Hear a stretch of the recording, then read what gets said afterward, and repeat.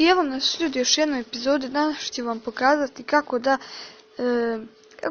gledate, kako da snimite video. Znači, kako da snimite video.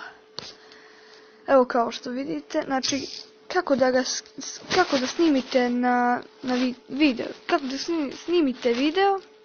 Šta je ovo? Dobro, to nije ništa. Kako da snimite video da gledate kad nemate internet, recimo. Ali morate imati bateriju, to je problem. Znači, otićete na Google i kucate download tubemat. Inače, vi ne morate kucati zato što ću vam ja staviti link dole u deskripciji. Kada uđete, imate ovdje da skinete. Ja tu neću skidat. Šta je ovo? Ja tu neću skidat, pošto ću ja vama staviti link dole. Kliknite ovo download. Evo sad ću, aj dobro, skinit ću, nema veze. Skinete to. I samo, evo vidite, znači, i onda će vam se prikazati da snimate. Evo vidite, ja ću ući ovdje. I sad se ono snima. Ali ja neću to da snima.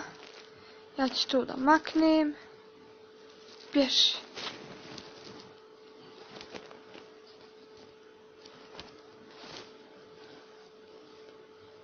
Stani. Delete tako. Ja to neću. I kada skinete, otvorite tu aplikaciju, instalirate. Svako to zna normalno. Otićete na ovaj.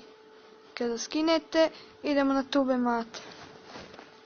Sad ću ja začas nešto da skinem. Evo recimo, kao šta da. Haj, nema veze, nek bude nešto kratko. Evo, šta je ovo? Idete ovu gore strelicu, ovu zelenu strelicu. I onda vam ovo pokaže. E sad, pošto ja ne želim da dugo čekam, ja ću uzeti ovo najmanje. Najmanje, pošto to 59 GB.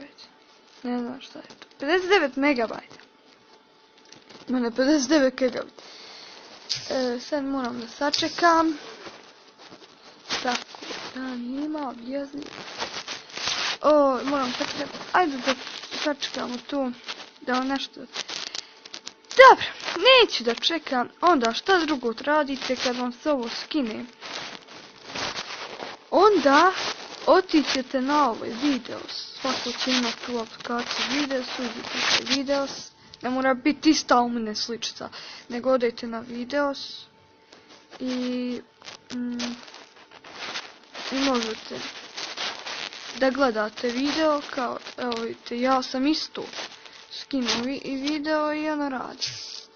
Ne, vidite, radi.